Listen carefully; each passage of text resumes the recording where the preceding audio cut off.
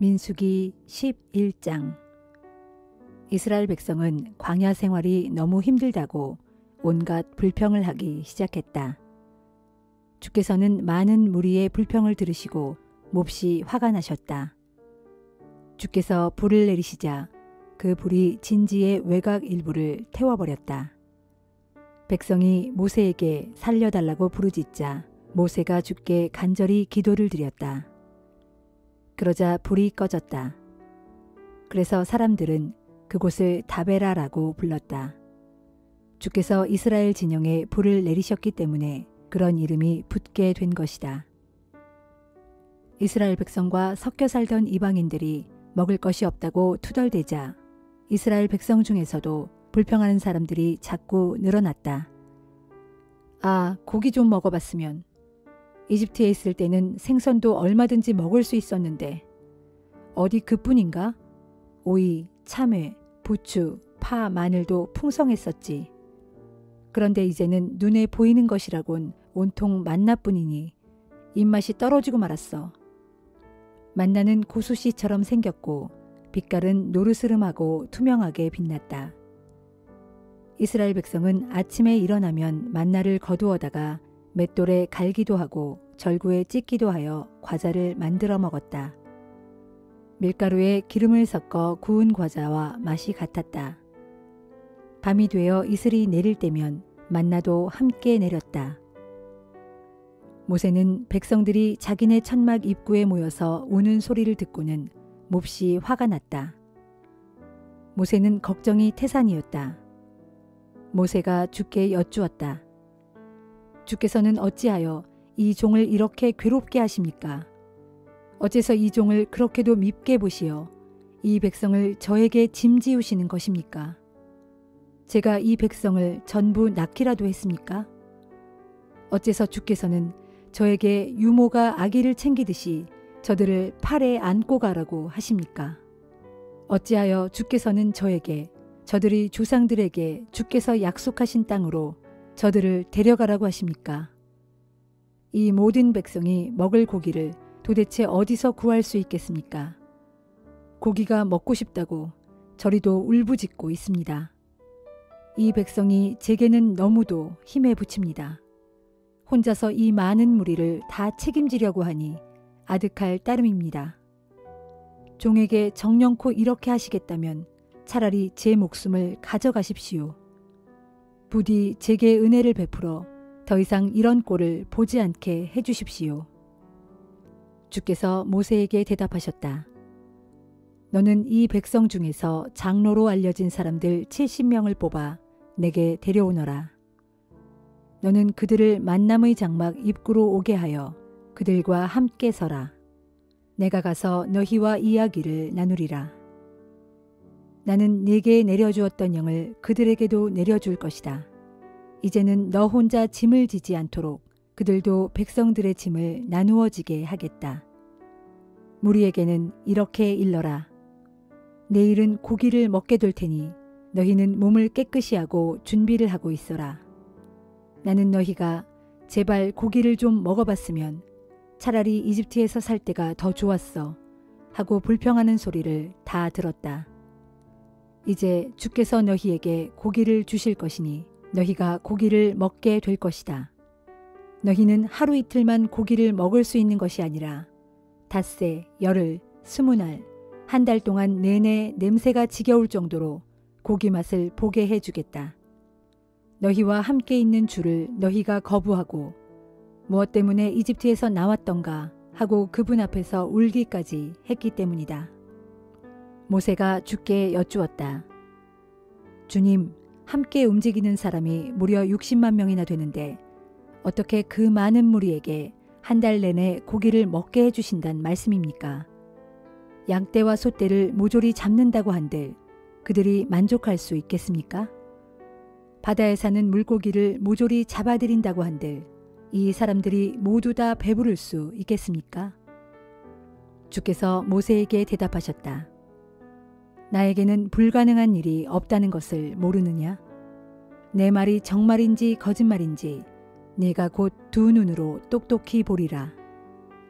모세는 밖으로 나가 주께서 하신 말씀을 전한 뒤에 장로 70명을 불러 모아 장막 주위에 빙 둘러서게 했다. 그러자 주께서 구름 가운데서 내려오셔서 모세에게 말씀하셨다. 주께서는 모세에게 내리셨던 영을 장로 70명에게도 내려주셨다. 영이 장로들에게 내리자 그들은 예언을 했다. 하지만 그런 능력이 발휘된 것은 그때뿐이었다. 장로들 중 엘닷과 메닷이라는 두 사람은 장로 명단에 있었는데도 만남의 장막 입구로 가지 않고 진영에 머물러 있었다. 그런데 그 두 사람도 하나님의 영을 받아 진영에서 예언을 했다. 한 젊은이가 모세에게 달려와서 전했다. 엘닷과 메닷이 진영 안에서 예언을 하고 있습니다. 젊을 때부터 모세 곁에서 그의 일을 거들어 주었던 눈의 아들 여호수아가 모세에게 큰 소리로 말했다. 어르신, 이 일을 그대로 두어서는 안 됩니다. 하지만 모세는 이렇게 말했다. 지금 네가 나를 위한답시고 그들을 질투하느냐? 나는 온 백성에게 주의 영이 내려서 모두가 다 예언자가 되었으면 좋겠다. 모세와 이스라엘의 장로들은 자기들 진영으로 돌아갔다. 주께서 바다 쪽에서 바람을 일으키시어 메추라기를 몰아다 주셨다. 땅 위에 무려 2규빗 정도나 쌓일 만큼 엄청나게 많은 메추라기 떼가 진영 주변에 떨어졌다. 메추라기는 하루길 되는 곳까지 떨어져 쌓였다. 그날 하루 밤낮과 다음날 종일토록 백성들은 메추라기를 모았다. 아무리 적게 잡은 사람도 10호멜 이상씩은 모았다. 진영은 온통 메추라기 천지가 되었다. 그들은 허겁지겁 메추라기 고기를 먹었다. 하지만 메추라기 고기를 아직 씹고 있을 때 주의 진노가 백성들 사이에서 불타올랐다. 주께서는 심한 전염병으로 백성들을 치셨다. 그리하여 그곳은 탐욕의 무덤이라는 뜻으로 기브롯 핫다아와라고 불리게 되었다. 탐욕으로 인해 많은 사람들이 그곳에 묻혔기 때문이다. 백성들은 기브롯 핫다아와를 떠나 길을 가다가 하세롯에 이르자 그곳에 진을 쳤다.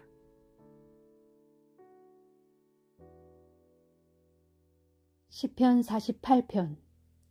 주는 진실로 위대하시니 우리 하나님의 도성에서 곧 그분의 거룩한 산에서 크게 칭송을 받아 마땅하신 분이시다. 그 산은 높고 그 봉우리는 아름다우니 온 세상의 기쁨이로구나. 북방에 있는 그 산 곧 시온산은 위대한 왕의 도성이로구나. 그 도성에서 주께서 항상 함께 하시니 아무런 걱정이 없다고 일러주셨다.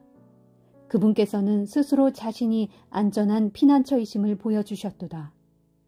보라, 이방의 왕들이 떼를 지어 시온산을 쳐부수려고 몰려왔다가 주께서 계신 시온성을 보자마자 모두가 깜짝 놀라 허겁지겁 도망치고 말았다. 그들이 큰 두려움에 사로잡혀 덜덜 떠니 그 모습이 마치 아이 낳는 여인의 격렬한 고통과도 같고 거센 동풍에 여지없이 부서지고 깨지는 다시스의 배와도 같구나. 우리는 전능하신 주님의 도성에서 곧 우리 하나님의 도성에서 우리가 그동안 들어왔던 것들이 사실임을 확인했도다. 하나님께서는 이 도성을 영원토록 안전하게 세우시리라. 오 하나님, 우리가 주의 성전 안에서 주께서 베푸시는 한결같은 사랑을 생각합니다. 하나님, 주님을 칭송하는 소리가 땅끝까지 이르고 주님의 오른손은 하시는 일마다 의로움이 가득합니다. 주께서 내리시는 올바른 판단에 시온산이 즐거워하고 유다 온 성읍들이 기뻐합니다. 너희는 시온성을 두루 돌면서 그 성을 살펴보고 그 망대를 세어보아라. 그 성벽이 어떠한지 잘 살펴보고 그 요새가 어떠한지 잘 보아두어라. 그리하여 그 영광을 대대로 자식들에게 말해주어라.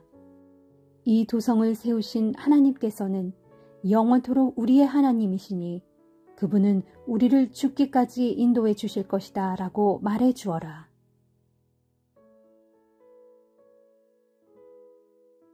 이사야 1장. 이것은 아모스의 아들 이사야가 유다와 예루살렘에 대하여 본 환상으로 유다 왕 우시야와 요담과 아하스와 히스기야가 다스리던 시대의 일이다. 하늘아 들어라, 땅아 귀를 기울여라. 주께서 말씀하신다. 내가 자식이라고 그토록 그들을 애써 키우고 힘껏 돌보았건만 그들이 나를 거역하고 배척하였다.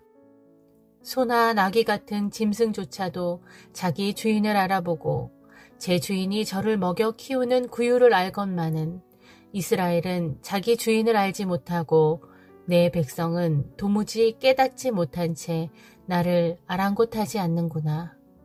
아, 슬프다. 죄지은 민족, 허물 많은 백성, 악을 일삼는 종자, 타락한 자식들. 너희가 주를 저버렸구나.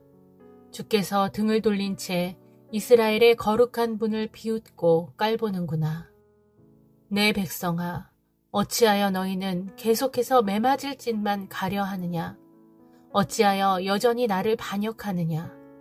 너희 머리는 온통 상처를 입었고 너희 마음도 이미 병들 대로 온통 병들고 말았구나.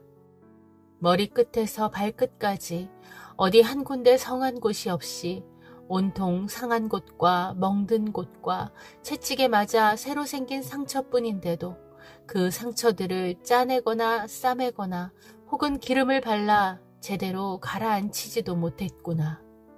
보아라, 너희의 땅은 황폐해졌고 너희의 성읍은 송두리째 불타버리고 말았다.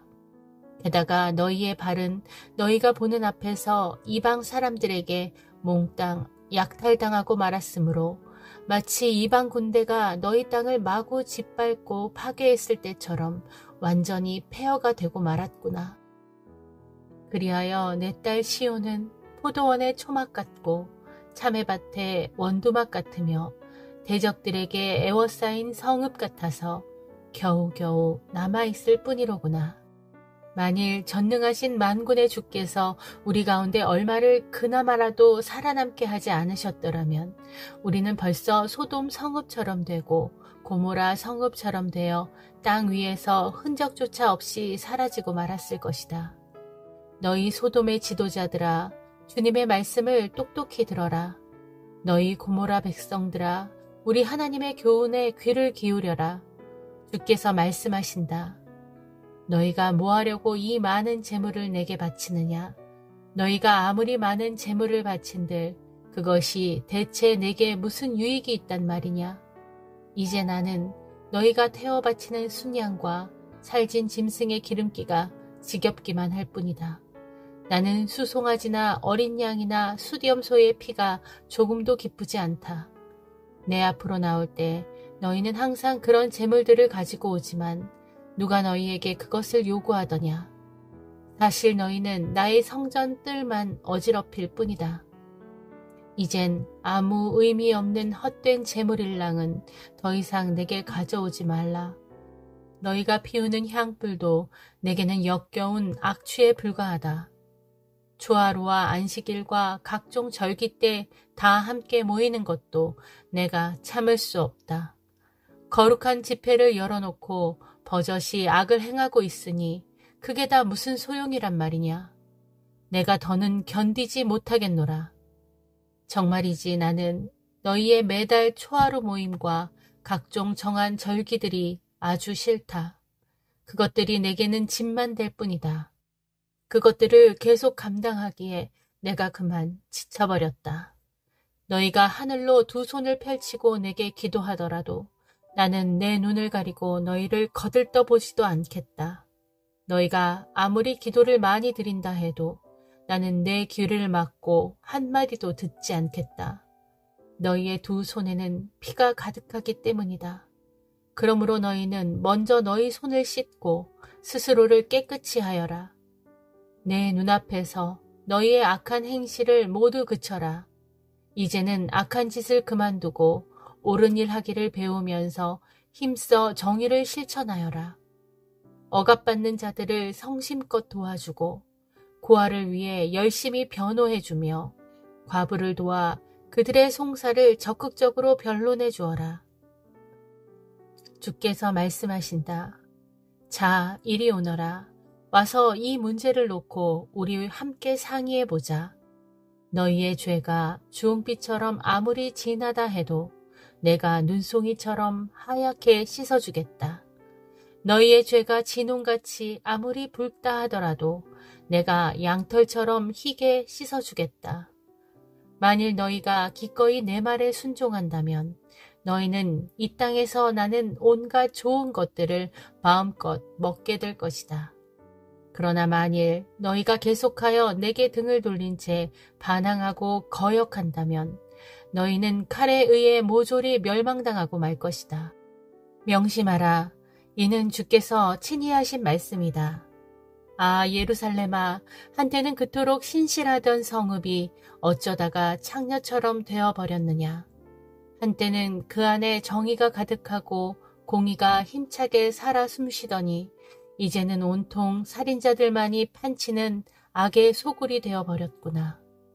아, 한때는 내가 은처럼 깨끗하더니 이제는 쓸모없이 찌꺼기만 잔뜩 끼었고 한때는 가장 좋은 포도주 같았는데 이제는 왕창 물 섞은 포도주가 되고 말았구나.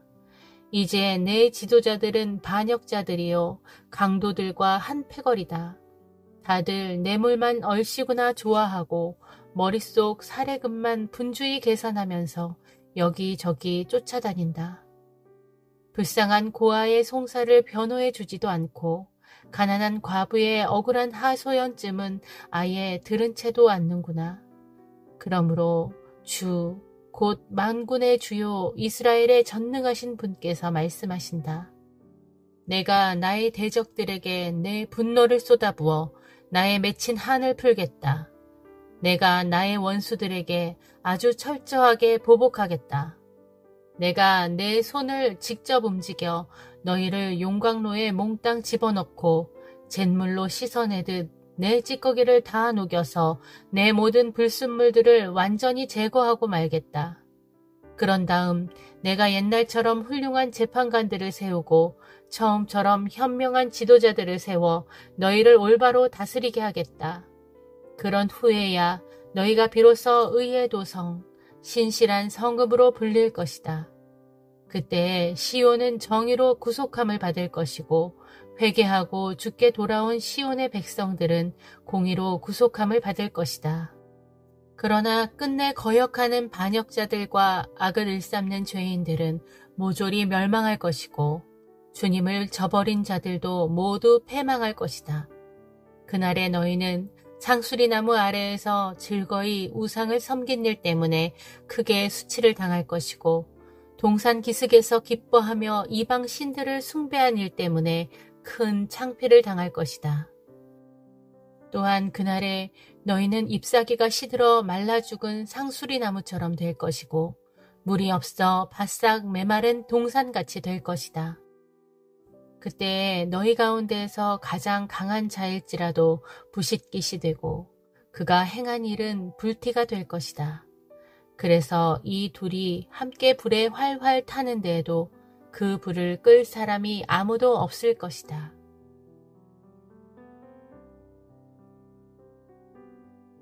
히브리서 9장. 첫 번째 언약에도 예배의 규정들과 땅에 속한 성소가 있었습니다. 한 장막이 세워졌는데 그 장막의 첫 번째 방에는 등잔대와 상이 있었고 그 상 위에는 빵을 차려 놓았습니다. 이 첫 번째 방을 성소라고 불렀습니다. 성소 안쪽의 휘장 뒤에는 지성소라고 불리는 두 번째 방이 있었습니다. 그 두 번째 방에는 금으로 만든 분향 제단 및 온통 금으로 입힌 언약궤가 놓여 있었습니다. 그리고 이 언약궤 안에는 만나를 담은 금 항아리와 싹이 돋은 아론의 지팡이와 언약의 십계명을 새긴 두 개의 돌판이 들어 있었습니다. 또 그 언약궤 위에는 구룹으로 불리는 영광의 천사들이 큰 날개를 마주 펴서 속죄판을 내리덮고 있었습니다. 그런데 이런 것들에 대해서는 지금 더 자세히 말할 필요는 없습니다. 이상과 같은 것들이 성막 안에 갖추어져 있어서 제사장들은 언제나 첫 번째 방인 성소를 드나들며 자신들의 직무를 수행했습니다.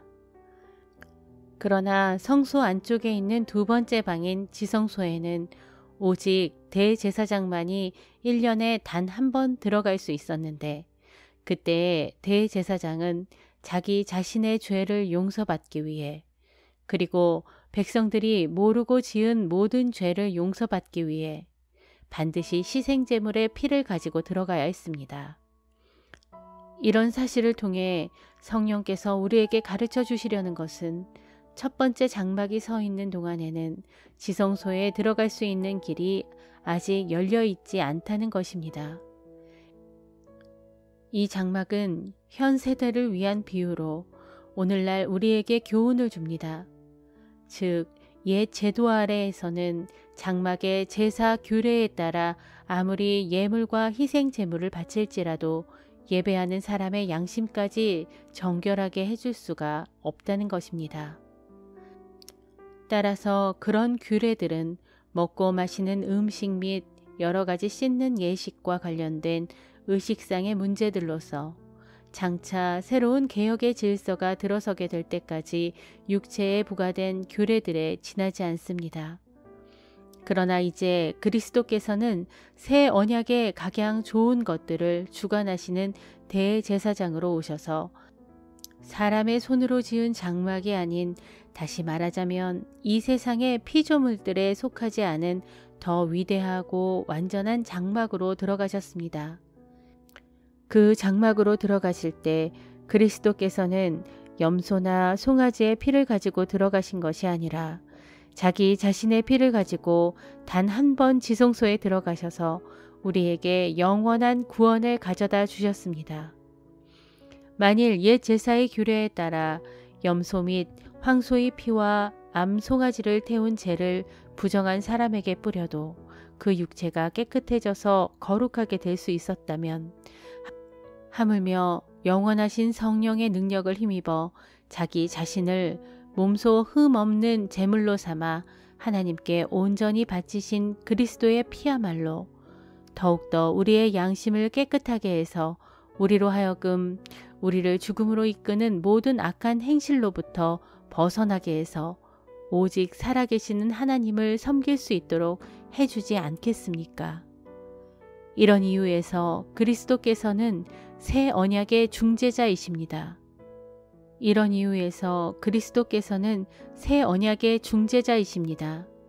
그분께서는 첫 번째 언약 아래에서 우리가 저지른 모든 죄에서 사람들을 구원해내시려고 자기 자신을 대속의 제물로 바쳐 십자가에 죽으셨습니다.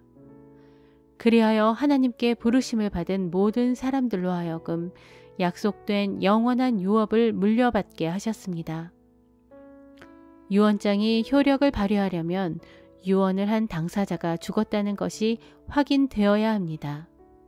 유언은 유언한 사람이 죽은 후에야 비로소 효력이 발생하기 때문입니다. 당사자가 살아있는 동안에는 유언이 아무런 효력도 없습니다. 이런 이유에서 첫 번째 언약도 죽음의 피 없이 맺어진 것이 아닙니다. 그 옛날 모세가 시내산에서 이스라엘 백성들에게 율법의 계명들을 선포할 때 그는 송아지와 염소를 죽여 그 피를 우슬초와 붉은 양털에 묻혀서 물과 함께 언약의 책과 온 백성에게 뿌리고서는 이것은 하나님께서 여러분에게 명하신 언약의 피입니다 하고 말했습니다. 같은 방식으로 모세는 장막과 제사의식에 사용되는 모든 기구들에도 피를 뿌렸습니다. 이처럼 율법에 따르면 거의 모든 것들이 피로써 깨끗하게 됩니다. 진실로 피 흘림이 없이는 죄사함도 없습니다. 하늘에 있는 것들을 본떠 만든 땅 위의 모형들은 이처럼 여러 제사의식을 통해 제물로 바침으로써 정결하게 될 필요가 있습니다. 그러나 본래 하늘의 것들은 이보다 더 나은 제물로 정결하게 되어야 합니다. 그리스도께서는 하늘의 참된 것들을 본떠 만든 성소, 즉 사람의 손으로 지은 땅의 성소에 들어가지 않으셨습니다. 그분은 바로 하늘의 참된 성소로 들어가셔서 우리를 위해 하나님 앞에 나타나셨습니다. 땅의 대제사장은 해마다 짐승의 피를 가지고 지성소에 들어가야 하지만 하늘의 대제사장이신 그리스도께서는 자신의 몸을 여러 번 바치기 위해 거듭해서 들락거릴 필요가 없습니다. 만일 그래야 했다면 세상이 시작된 이래로 그리스도께서는 여러 차례 고난을 당하셨어야 했을 것입니다. 그러나 그분은 자기 자신을 제물로 바쳐 모든 죄를 없애시려고 마지막 시대에 단 한 번 나타나셨습니다.